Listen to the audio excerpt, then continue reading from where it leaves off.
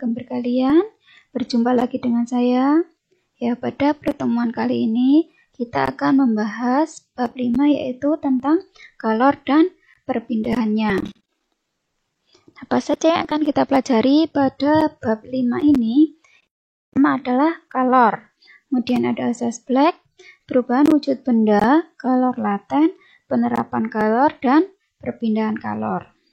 Nah, pada pembelajaran sebelumnya, kamu telah mempelajari tentang suhu. Nah, apakah kamu mengetahui perbedaan antara suhu dengan kalor? Nah, ataukah sama suhu dengan kalor? Nah, ini nanti yang akan kita pelajari. Oke, yang pertama, kalor. Kalor itu simbolnya G besar, adalah energi panas yang berpindah dari benda bersuhu lebih tinggi ke benda yang bersuhu lebih rendah. Nah, ini adalah pengertian kalor. Berarti suhu dengan kalor berbeda. Jika suhu itu menyatakan derajat panas atau dinginnya suatu benda, kalau kalor itu adalah energi panasnya. Nah, untuk kalor merupakan besaran turunan. Untuk satuannya, dalam sistem internasional, satuan kalor adalah joule.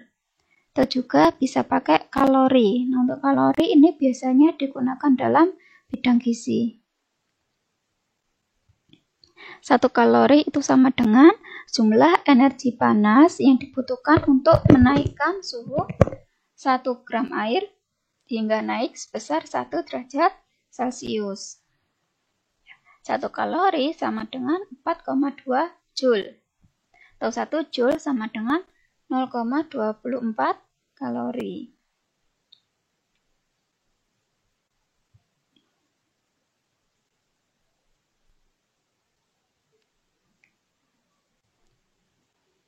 Nah, secara umum suhu benda akan naik jika benda itu mendapatkan kalor. Nah, sebaliknya suhu benda akan turun jika kalor melepaskan diri dari benda itu. Misalnya, air panas jika dibiarkan lama-kelamaan akan mendingin, mendekati suhu ruang. Hal ini menunjukkan bahwa sebagian kalor dilepaskan benda tersebut ke lingkungan. Nah, besarnya energi kalor yang digunakan untuk menaikkan atau menurunkan suhu benda dipengaruhi oleh massa, jenis zat, dan perubahan suhu benda. Ya, sehingga dapat dirumuskan, kalor yang diperlukan untuk menaikkan suhu benda adalah G sama dengan M kali C kali delta T. Apa itu G? G adalah kalor, satuannya joule atau kalori. M itu massa, C jenis benda, satuannya joule per kilogram derajat Celcius atau kalori per gram derajat Celcius. Nah, untuk delta T itu adalah perubahan suhu, bisa diperoleh dari suhu akhir dikurangi suhu awal. Untuk lebih memahami, perhatikan contoh soal berikut.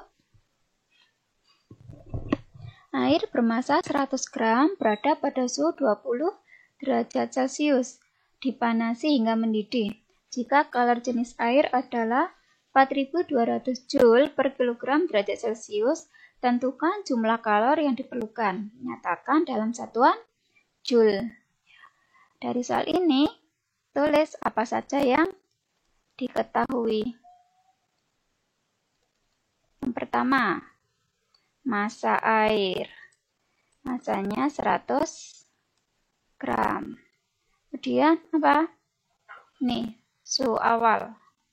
T1 sama dengan 20 derajat Celcius. Dipanasi hingga mendidih. Ya, ini adalah suhu 2. Air mendidih pada suhu berapa? 100 derajat Celcius. Kemudian apa lagi? Ya, kalor jenis air 4.200 joule per kilogram derajat Celcius. Nah, perhatikan satuannya, apakah sudah setara?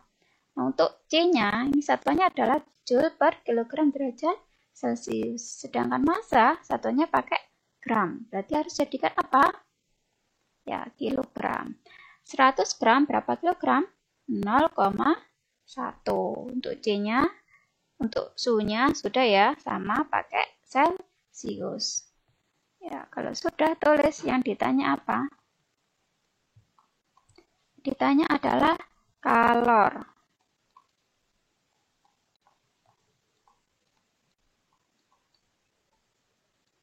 Rumusnya kalor M C delta T. Ya. Masanya berapa? 0,1. C-nya 4200. Dan delta T. Ada delta T? Ada ya. Kita cari dulu dari mana? Dari sini. Delta T adalah perubahan suhu. Jadi dari suhu akhir kurangi suhu awal. T2 kurangi T1. Sama dengan berapa? Ya, 100 dikurangi 20. Dengan 80 derajat Celcius. Ya, berarti delta T-nya 80. Kalau sudah, kita hitung 0,1 kalikan 4200 dikalikan 80. 0,1 kalikan 4200. 420 dikalikan 80. Berarti Q sama dengan 33.600 Joule. Ya. Atau bisa ditulis Q sama dengan 33.600 J. Ini ya. Nah, ini adalah jawabannya. Kalau yang diperlukan sebesar 33.600 Joule. Ya, paham anak-anak? Oke, selanjutnya yang kedua adalah asas Black.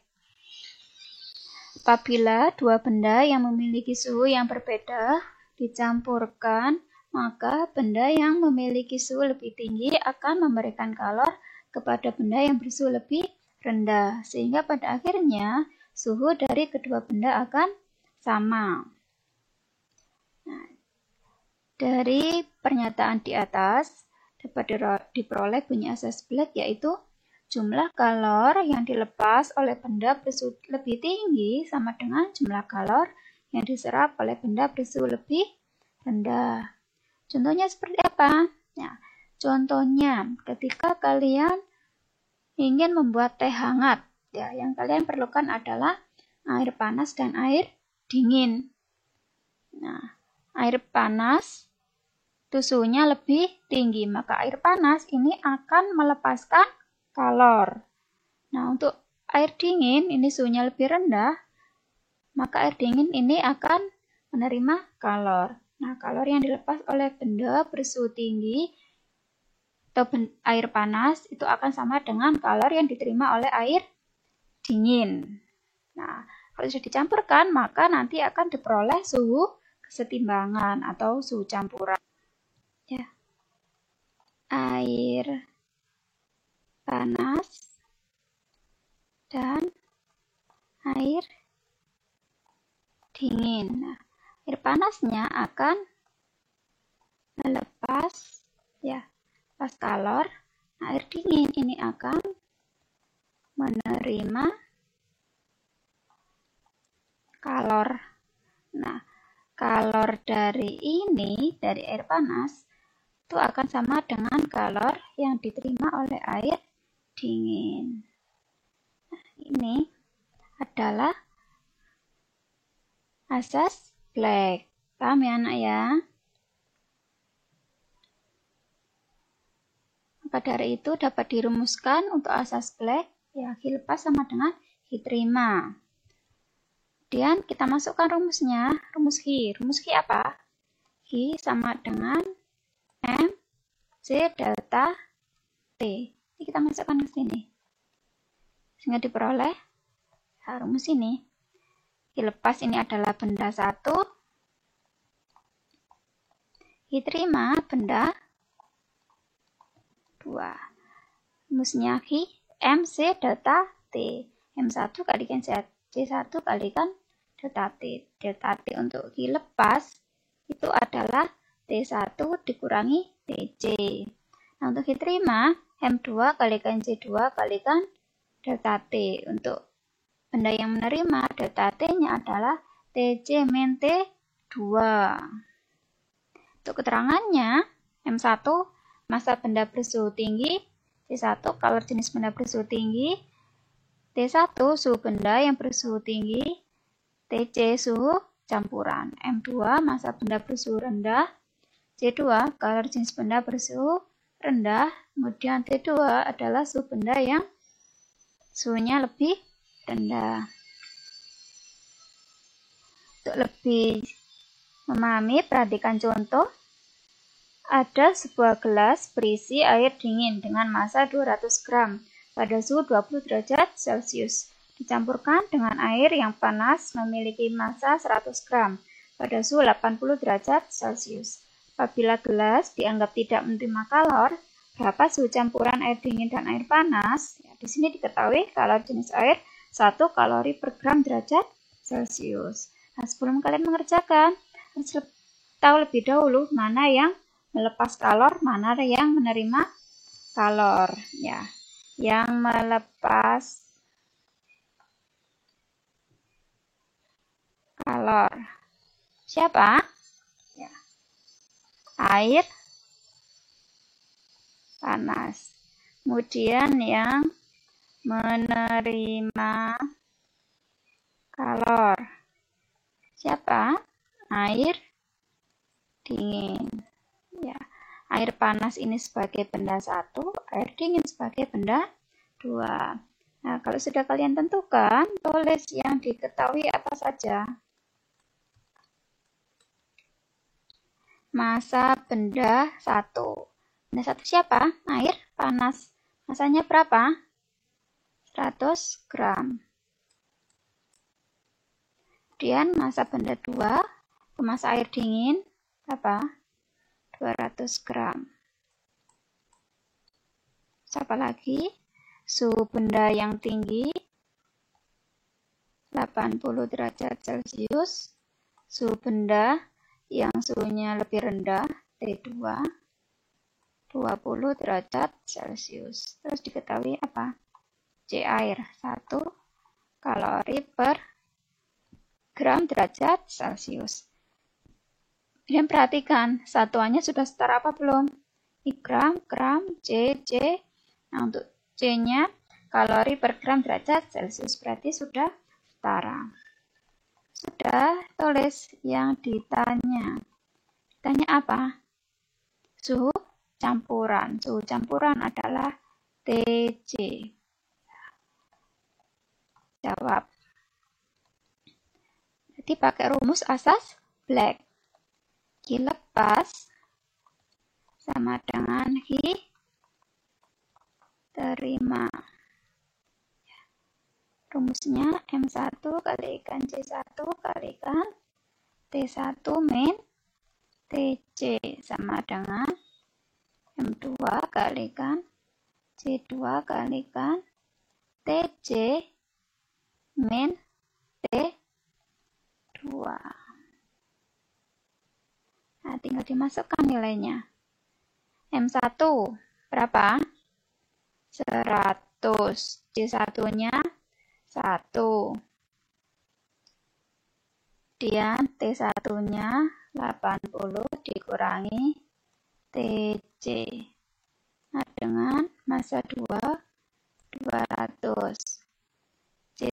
C2-nya, nah, untuk C-nya sama. Karena sama-sama air, berarti C ini sama dengan C1 sama dengan C2. 1 dikalikan TC min T2. T2-nya berapa? 20. Nah, ini ya, satunya dicoret, ini sama 1 coret. Ditinggal 100 kalikan 80 min TC. Nah, dengan 200 kalikan TC min 20. Nah, untuk lebih mudahnya, yang bilangan angka kalian jadikan 1. 100-nya pindah ruas ke kanan. 80 min TC sama dengan 200 dibagi 100. Dikalikan TC min 20. Coret. 2 bagi 1, 2. 80 min TC sama dengan 2 kalikan TC min 20. Ini kalian kalikan TC sama 20. Berarti 2 TC 20 kalikan 2 min min 40. Ini tidak usah ya. Yang ada TC-nya jadikan 1, yang angka jadikan 1. Ini 80, 40-nya pindah ruas min, berarti jadi plus. 40 sama dengan 2 TC. Ini min TC-nya pindah ruas ke kanan, berarti jadi plus TC. 80 ditambah 40, 120 sama dengan 2 tambah 1. 3 TC. Di TC sama dengan 120 dibagi 3. Berapa? 40. TC adalah suhu campuran. Suhu satuannya 40 derajat Celcius. Ini ya jawabannya ya, suhu campurannya. Paham anak-anak? Ya, kalor dapat menyebabkan perubahan wujud benda atau zat. Nah, perubahan wujud zat dapat berubah dari wujud yang satu ke wujud yang lain. Nah, ini kalian mengetahui bahwa perubahan wujud benda ada 6, ya kan? Ada mencair, membeku, menguap, mengembun, menyublim, ya, mengkristal atau menghablur.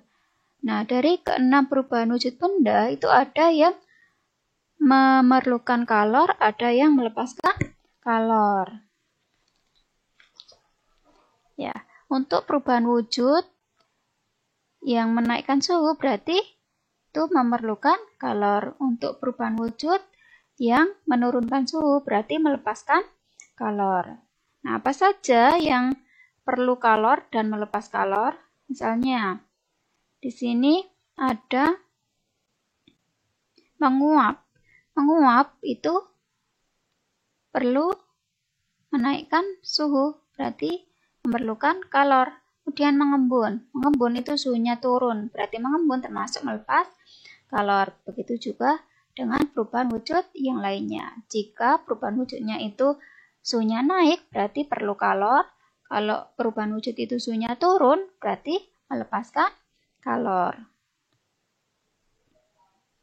Ya, yang memerlukan kalor itu ada menyublim, menguap, dan mencair. Dan yang melepas kalor ada mengkristal, mengembun, dan membeku. Selanjutnya adalah kalor laten. Ya, kalor laten adalah kalor yang digunakan untuk merubah wujud. Ada 2 macam kalor laten, ya, yaitu kalor lebur dan kalor uap. Kalor uap itu digunakan untuk penguapan atau pengembunan. Rumusnya Hi sama dengan M kali U. Sedangkan kalor lebur itu untuk melebur atau mencair. Ya, dan untuk membeku. Untuk rumusnya Hi sama dengan M kali R. Di mana Hi itu adalah kalor yang dibutuhkan atau dilepas untuk merubah wujud, M massa zat atau massa benda, L adalah kalor lebur dengan satuan joule per kilogram, dan O adalah kalor uap atau kalor embun dengan satuan joule per kilogram. Ini ya, dihafalkan rumusnya. Kalor uap itu Hi sama dengan M kali U, untuk kalor lebur Hi sama dengan M kali L. Untuk contoh soalnya, perhatikan. Ya, untuk nomor 1, hitunglah banyaknya kalori yang diperlukan untuk menguapkan 2 kg air suhu 100 derajat Celcius jika kalori uap 2.260.000 Joule per kilogram. Untuk nomor 1, tulis dulu yang diketahui apa? Diketahui. Apa yang pertama?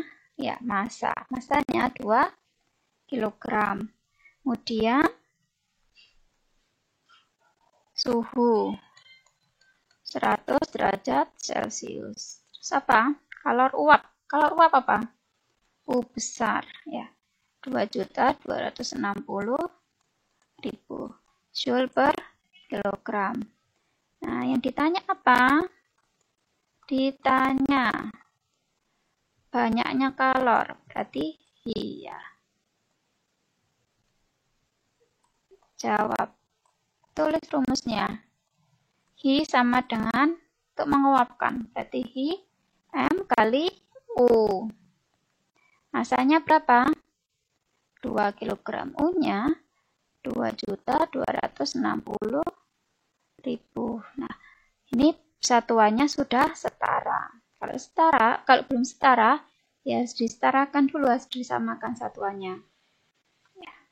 Kalau sudah itu 2 juta dikali 2 kalikan 2.260.000. Jawabannya berapa? 4.520.000. Satuannya apa? Joule. Nah, ini ya, gampang ya. Nah, T-nya kok tidak digunakan? Ya, T-nya tidak perlu, karena yang dipakai rumusnya adalah Hi sama dengan M kali U. T-nya di sini hanya untuk diketahui saja, hanya sebagai pengecornya saja. Dan yang kedua, hitunglah banyaknya kalori yang diperlukan untuk melebur 2 kg es 0 derajat Celcius pada titik leburnya. Jika kalori lebur es 336.000 Joule per kilogram. Tulis dulu yang diketahui apa? Massa 2 kg. Suhunya 0 derajat Celcius. Kalori lebur apa? L besar 336.000 Joule per kilogram. Ditanya apa? Iya. Kalian tulis rumusnya. Hi sama dengan untuk melebur. Berarti adalah kalori lebur. Hi sama dengan M kali L. Kalian masukkan nilainya. M-nya berapa? 2 kg. L-nya 336.000. Hi sama dengan 2 kalikan 336.000 sama dengan 672.000 ya, Joule. Ini jawabannya. Ya, paham anak-anak? Mudah kan? Kalian harus paham rumusnya, kemudian harus paham yang diketahui apa saja. Kemudian tinggal dimasukkan rumusnya dan dihitung. Ini ya. Selanjutnya, perubahan wujud benda yang terjadi pada es yang diberikan kalori terus-menerus dilihat pada grafik berikut. Ya. Ini ada es. Esnya diberikan kalori secara terus-menerus hingga es itu berubah wujud. Kalau digambarkan, kan berupa grafik seperti ini. Ya, ini adalah proses perubahan wujud es. Nah, prosesnya dari A ke B, ke C, ke D. Ya, pertama-tama es itu bentuknya padat. Ya, pada proses A ke B. Ini bentuknya S-nya, ya, ini bentuknya S. Masih padat. Nah, pada proses A ke B, di sini tidak ada perubahan wujud. Yang ada adalah kenaikan suhu dari suhu minus 10 derajat ke 0. Nah, pada proses AB, ini kalori yang diperlukan adalah untuk menaikkan suhu dari min 10 ke 0. Jadi I-nya M kali C kali delta T. Nah, ini ya. Ini adalah AB. Nah, kemudian proses BC. Pada proses BC, ini suhunya tetap 0. Nah, pada proses BC, di sini adalah terjadi perubahan wujud dari es menjadi cair. Ya, di sini adalah esnya mencair. Es mencair, berarti terjadi perubahan wujud. Nah, karena perubahan wujud, Hi yang diperlukan, di sini rumusnya, HBC sama dengan M kali L. Ya, karena terjadi perubahan wujud. Kemudian proses C ke D. Di sini bentuknya apa? Cair, ya kan? Ini adalah cair.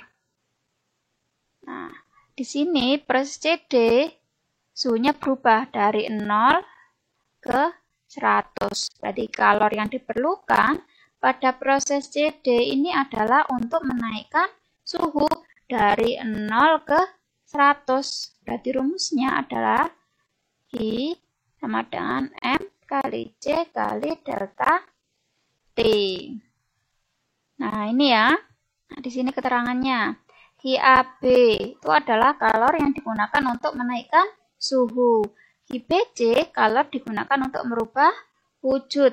HCD kalori digunakan untuk menaikkan suhu. Nah, untuk H totalnya berarti pada proses A, B, C, D, H totalnya itu sama dengan jumlah dari semua prosesnya. Ya, jumlah dari kalor AB ditambah kalor BC ditambah kalor CD. Nah, ini ya. Untuk mengingatnya, kalau grafiknya miring gini, ya berarti di sini adalah untuk menaikkan suhu. Berarti rumus yang dipakai adalah I sama dengan M kali C kali delta T. Nah, kalau grafiknya itu datar, begini lurus datar, berarti ini adalah untuk merubah wujud. Nah, rumus yang dipakai adalah Hi M L. Nah, ini ingat-ingat, kalau miring yang dipakai rumusnya Hi sama dengan MC delta T. Kalau grafiknya ini mendatar, yang dipakai adalah Hi sama dengan M kali L. Paham ya, anak ya? Nih, pokoknya ingat-ingat bentuk grafiknya ini. Untuk lebih memahami, perhatikan contoh. Ya, contoh soal. Perhatikan gambar yang ada di bawah ini dan hitunglah jumlah kalori yang diperlukan untuk merubah 500 gram es yang ada pada titik A ke D apabila kalori jenis es 2100 Joule per kilogram derajat Celcius dan kalori bor es 336.000 Joule per kilogram. Nah, ini grafiknya. Ini grafiknya sama seperti yang tadi ya. Ini AB. Ini bentuknya apa, nak? Bentuknya es ya. BC ini mencair. CD ini bentuknya air atau cair ya. Nah, ini kalian tulis dulu yang diketahui. Diketahui apa saja? Masanya 500 gram. Terus kalori jenis es CS 2100 Joule per kilogram derajat Celcius. Kemudian kalori lebur, L 33600 Joule per kilogram. Nah, yang ditanya adalah jumlah kalor, berarti kalor total. Total. Totalnya berapa? Nih kalian analisis satu-satu dari masing-masing proses. Proses yang pertama dari A ke B.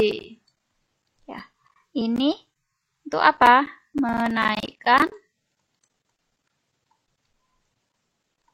suhu. Grafiknya miring, ya, miring seperti ini.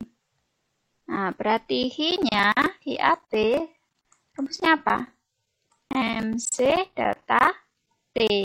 Ini adalah masanya S, C-nya S. Masanya berapa? 500 gram. Nah, ini satuannya harus kalian setarakan. Ya, berarti 500 gram jadikan kilogram. 0,5 kilogram. 0,5. CS-nya berapa? 2100. Delta T. Ini delta T-nya. Dari minus 10 ke 0. Ya. Suhu akhir dikurangi suhu awal. 0, ya. Minus 10. Jadi, ini kalikan ini. Kalikan ini ya. 0,5 kalikan 2100 kalikan minus berarti plus. Suhunya 10. Ini hasilnya 10.500. Satuannya apa? Joule. Ya. Ini proses yang pertama. Proses yang kedua dari B ke C. Ya, ini kalornya digunakan untuk merubah wujud. Ya. HPC. Merubah wujud rumusnya apa? M kalikan L. Di sini adalah masanya S. Ini kalor lebur S. Masanya berapa? 0,5. L-nya 336.000. Ya. Ini tinggal dikalikan, jawabannya 168.000 Joule. Ini ya. Ini HPC. Kemudian proses yang ketiga dari C ke D. Ini kalornya digunakan untuk menaikkan suhu. Ya. Berarti rumusnya apa? MC delta T. Ya. Di sini masanya air, C-nya air. Ya. Ini CD. Ini kan sudah mencair. Nah, masanya air itu sama dengan massa S. Airnya kan tadi diperoleh dari S, berarti sama. Berapa? 0,5. Dengan C-nya, C air itu adalah 4.200. Delta T-nya ini dari 0 ke 100. Di suhu akhir dikurangi suhu awal. Suhu akhirnya 100, suhu awalnya 0. 0,5 kalikan 4.200 kalikan 100 sama dengan 210.000 Joule. Nah, ini sudah diperoleh kalor untuk masing-masing proses. Nah, yang ditanya adalah kalor total. Tinggal dijumlahkan semuanya. Hi total sama dengan HiAB ditambah HiBC ditambah HiCD sama dengan ini. Tinggal jumlahkan semuanya. 10.500 ditambah 168.000 ditambah 210.000. Ini ketemu berapa? Hi total sama dengan, ya, sudah dijumlahkan, hasilnya adalah 388 500 Joule. Ya, ini adalah jawabannya. Paman anak, ya, banyak-banyak latihan soal untuk mengerjakan soal-soal hitungan seperti ini. Itu ya. Nah, kalau misal yang ditanyakan hanya dari proses B sampai D, ya berarti hanya ini saja yang dihitung, dari B ke D. Begitu juga kalau ditanya adalah dari A ke C, berarti adalah AB ditambah BC. Jadi itu saja, tinggal soalnya yang ditanyakan apa. Oke, lanjut. Selanjutnya adalah penerapan kalor dalam kehidupan sehari-hari. Yang pertama, ketika kalian berkeringat. Pada saat tubuh kalian merasa kepanasan, mekanisme dalam tubuh kamu akan memberi perintah agar tubuh berkeringat. Nah, pada saat keringat itu menguap, proses penguapan keringat memerlukan kalor. Nah, kalor yang diambil dari kulit tubuhmu sehingga tubuh kamu memanas menjadi dingin dan kembali ke suhu optimal. Ya, kemudian yang kedua, mengapa saat kamu kedinginan kamu cepat merasa lapar? Pada saat kamu kedinginan, kamu akan menggigil. Dengan menggigil, maka tubuhmu bergerak lebih cepat. Gerak tubuh kamu ini memaksa tubuh melakukan metabolisme, membakar energi kimia makanan menjadi energi gerak. Nah, tentu saja ini juga menghasilkan energi panas atau kalor. Dengan cara ini suhu tubuh tidak akan turun, tubuh kamu akan tetap hangat. Nah, tentu saja ada harga yang harus dibayar. Nah, pada saat kalian kedinginan, maka kamu akan cepat merasa lapar. Kenapa merasa lapar? Karena energi yang ada dalam tubuhmu digunakan untuk menghangatkan tubuh, sehingga tubuh kalian memerlukan energi kembali, sehingga kalian merasa lapar. Kemudian, teknologi pendingin sederhana, contohnya kolam. Nah, kamu pasti sering melihat di depan bangunan besar seringkali terdapat kolam. Ya, selain untuk keindahan, keberadaan kolam ini dapat membuat lingkungan sekitar menjadi sejuk. Mengapa hal ini dapat terjadi? Secara alami, air kolam itu akan menguap. Untuk menguap diperlukan kalor. Ya, kalor ini diambil dari udara di sekitar kolam, sehingga udara menjadi lebih sejuk dibandingkan tanpa kolam. Nah, ini ya beberapa penerapan kalor dalam kehidupan sehari-hari. Selanjutnya yang terakhir adalah perpindahan kalor. Nah, kalor berpindah dari benda yang bersuhu tinggi ke benda yang bersuhu lebih rendah. Kalor berpindah melalui 3 cara, yaitu konduksi, konveksi, dan radiasi. Yang pertama, konduksi. Konduksi adalah perpindahan panas melalui bahan tanpa disertai perpindahan partikel-partikel bahan tersebut. Contohnya, ketika menyetrika baju, ketika menggoreng ikan, ya spatula atau sotilnya lama-lama akan terasa panas. Nah, hal ini karena terjadi perpindahan panas dari kompor, kemudian ke penggorengan, ya, kemudian ke sotil. Nah, dari sotil ke tangan kalian. Itu ya.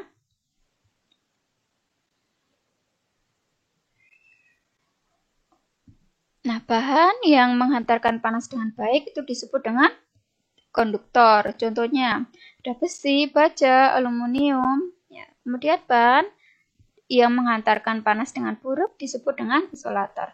Contohnya, kayu, plastik, dan kain.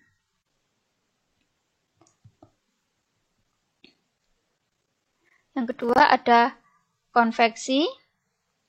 Ya, konveksi adalah perpindahan kalor dari satu tempat ke tempat lain bersama dengan gerak partikel-partikel bendanya. Contohnya, ketika merebus air. Ya. Kemudian ada angin laut dan angin darat. Kemudian contoh yang lain adalah cerobong asap. Ya. Contoh peristiwa konveksi pada saat kita merebus air, Ya, air merupakan suatu bahan konduktor yang buruk. Namun ketika air dipanaskan, maka bagian air lain juga ikut panas. Hal tersebut dapat terjadi karena adanya perpindahan kalor pada air tersebut. Ketika bagian bawah air mengalami pemanasan dari kalor, maka partikel air memuai sehingga menjadi lebih ringan dan bergerak naik dan digantikan dengan partikel air dingin dari bagian atas. Ya, hal tersebut menyebabkan panas dari bagian bawah berpindah bersama aliran air menuju bagian atas. Sehingga konveksi diartikan perpindahan kalor dari satu tempat ke tempat lain bersama dengan gerak partikel bendanya. Itu ya, sama halnya juga dengan angin laut dan angin darat maupun pada cerobong asap. Kemudian perpindahan kalor yang ketiga adalah radiasi. Ya, radiasi adalah perpindahan kalor tanpa memerlukan medium. Contohnya, ya, saat duduk di dekat api unggun, badan akan terasa hangat. Kemudian, pancaran cahaya matahari. Nah, cahaya matahari bisa sampai ke bumi tanpa melalui medium. Perambatan panas cahaya matahari tersebut terjadi secara radiasi. Itu ya, 3 cara bagaimana kalor dapat berpindah, yaitu melalui konduksi, konveksi, dan radiasi. Demikian yang dapat saya sampaikan. Semoga bermanfaat. Sampai jumpa di pertemuan selanjutnya. Terima kasih. Assalamualaikum.